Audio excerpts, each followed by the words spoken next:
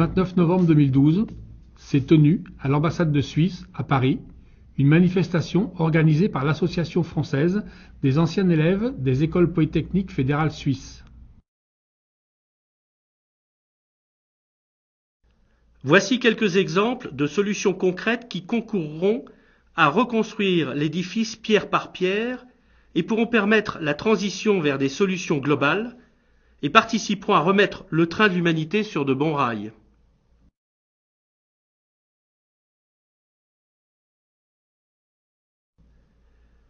L'industrie aéronautique s'est engagée sur la voie de l'éco-construction qui consiste à élaborer un bien dans la perspective qu'on aura à le déconstruire, comme il eût été par exemple intéressant d'avoir une telle approche lors de la construction des centrales nucléaires. Jusqu'à une période récente, les avions commerciaux étaient stockés, abandonnés, voire détruits dans des conditions peu respectueuses de l'environnement. En Europe, les règles de stationnement et les empreintes environnementales des chantiers ont conduit les opérateurs à déconstruire les avions d'une manière plus vertueuse et plus rentable car permettant le recyclage de certains organes. La troisième génération, que l'on qualifie d'éco-déconstruction, consiste à appliquer une traçabilité fiable sur l'ensemble des séquences de déconstruction d'un avion pouvant permettre la régénération de certains de ces organes et son recyclage à quasi 100%. Mais également à participer à l'élaboration des avions du futur qui devront intégrer les contraintes de vie d'un aéronef. On sera alors loin de l'obsolescence programmée qui fait tant de ravages dans les produits réputés fiables, alimentant opportunément notre société consumériste. Il existe maintenant de nombreuses sociétés qui participent à la création de nouvelles filières, issues de ces véritables usines biologiques cellulaires que sont les microalgues, et dont la diversité des produits finaux n'a rien à envier à l'industrie pétrolière ni aux industries chimiques ou agroalimentaires. Les végétaux qui constituent la nature telle que nous la connaissons se distinguent en 250 000 espèces. Les microalgues, elles, seraient plusieurs millions. On compte parmi elles les organismes les plus anciens au monde, et elles sont nos grands-mères. Et nous consommons encore en permanence leur déjection, à savoir l'oxygène qu'elles ont émis dans l'atmosphère pendant plusieurs milliards d'années, en fixant le carbone du CO2 originel. À leur installation, le ciel était orangé, saturé de méthane et de gaz carbonique et la planète peu viable. Depuis, elles ont colonisé les océans et les terres. Elles ont même enseigné la photosynthèse aux cellules des végétaux aériens. Ces microalgues se gavent de soleil et de CO2, peuvent même être produites en confinement dans des zones désertiques. Certains se payent même le luxe d'être largement plus riches en protéines que le soja ou la viande. Économes en eau, elles se satisfont d'ailleurs parfois d'eau usée ou d'eau de mer et synthétisent des protéines, des lipides et des glucides. Leur grande plasticité génomique, la formidable vitesse de leur croissance font qu'il était possible de les domestiquer pour produire des molécules d'intérêt à forte valeur ajoutée, utilisées en alimentation animale, en substitution du soja et de farine de poisson en nutrition humaine, en pharmacie. La chimie verte n'est pas en reste puisqu'on peut produire grâce à elle, avec des intrants inépuisables, par voie biochimique donc peu coûteuse en énergie, des bioproduits chimiques naturels. On peut également, grâce à elle, produire des bioplastiques et des biocarburants de troisième génération, c'est-à-dire durables, qui non seulement respectent, mais améliorent l'environnement.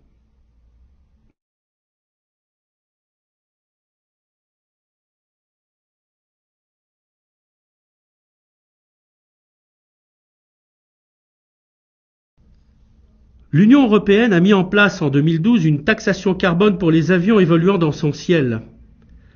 La plupart des 4500 compagnies aériennes et des États concernés ont déclaré être prêts à assumer leurs responsabilités environnementales, mais ne souhaitaient pas que leurs contributions prennent la forme de taxes qui risquent de se dissoudre dans la planète finance, sans aucun impact bien sûr sur le climat.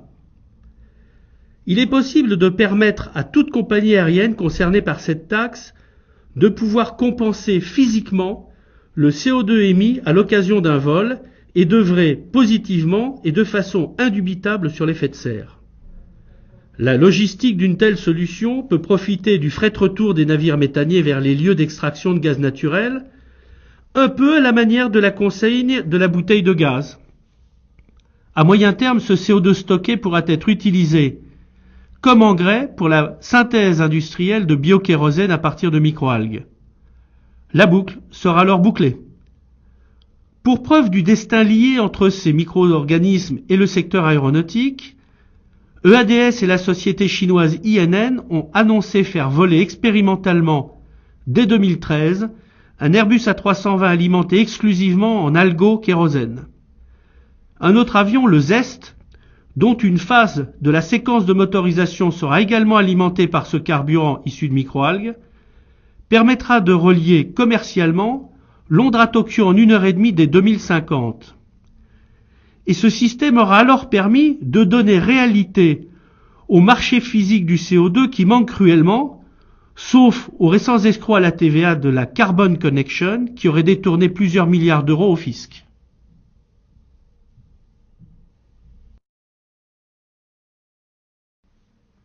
À l'instar des biocarburants, les bioplastiques peuvent être élaborés selon une typologie en 3 générations.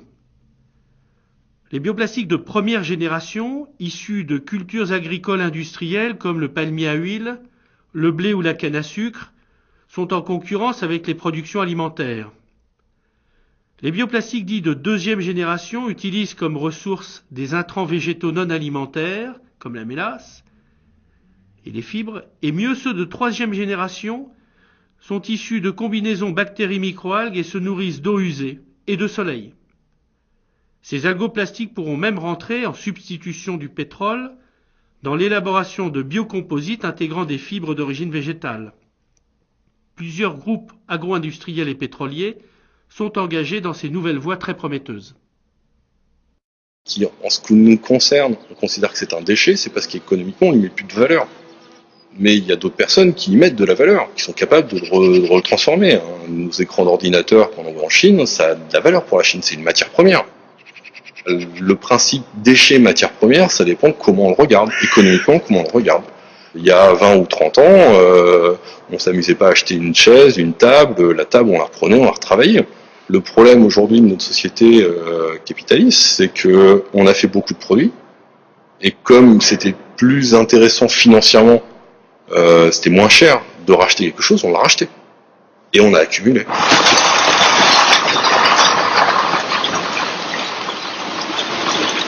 Donc maintenant, effectivement, quand on est arrivé à ce niveau-là, il faut vraiment qu'on se pose la question du recyclage.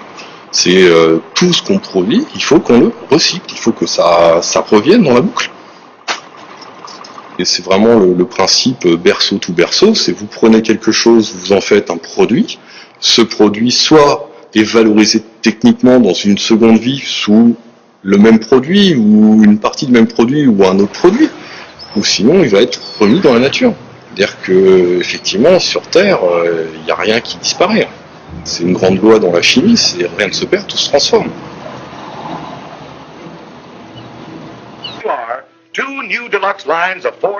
La première Ford développée par Henry Ford a été faite en bioplastique. Par exemple, on utilisait de la paille, on utilisait du soja, de l'huile de soja pour faire la carrosserie. La carrosserie de la voiture était faite comme ça. Mais on rajoutait des solvants qui permettaient d'améliorer ses propriétés.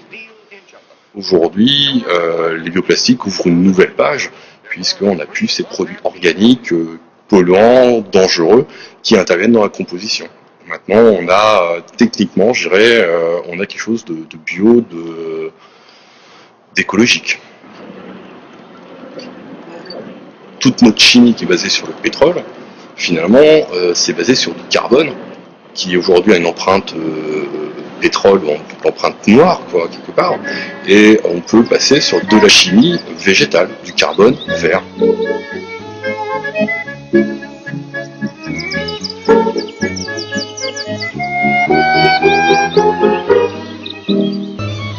Les objets en plastique ont envahi et pollué notre quotidien. Le plus courant et le plus symbolique est sans doute la bouteille d'eau. Aujourd'hui, la bouteille en plastique parfaitement propre existe. Les sociétés Végétal et Mineral Water et Brita l'ont lancé sur le marché il y a quelques mois.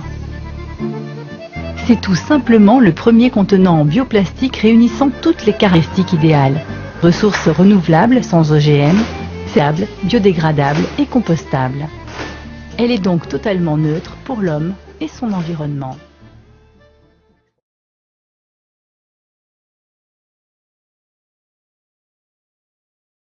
Ces différentes technologies constituent des exemples de solutions qui vont concourir à la mise en place de systèmes circulaires.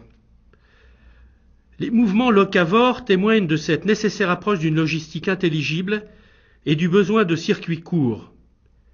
Rapportées à une échelle locale, elles visent des systèmes intégrés autarciques comme les systèmes d'Accure-Énergie le permettent. Le projet emblématique Sahara Forest concentrera, lui, en un même lieu, des productions d'énergie, des productions agricoles et des productions primaires de microalgues. On verra alors s'y greffer, par effet d'entraînement, des industries locales de transformation comme alimentaires, pharmaceutiques, cosmétiques, plasturgiques. Cette initiative d'origine norvégo-jordanienne en est au stade du déploiement d'un démonstrateur au Qatar. Il illustre ce qu'économie circulaire pourrait signifier en termes d'autarcie, rapportée à une échelle locale systémique, réplicable et connectable en réseau pour des volets fonctionnels. On doit remettre les territoires au centre du jeu et y déployer de tels systèmes de production combinés.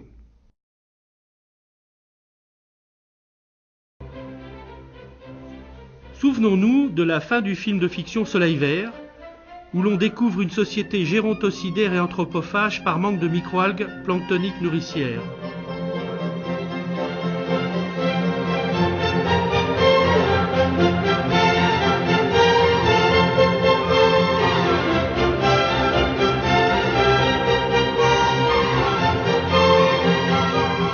Bonne nouvelle toutefois, on pourrait en réécrire une chute plus vertueuse à la lumière de l'état de l'art, car les microalgues existent dans une infinie diversité, elles sont domesticables, dépolluent et peuvent se substituer aux ressources qui commencent à nous manquer. Ce mouvement de troisième génération qui doit participer à la colonisation d'un espace écologique planétaire est en marche.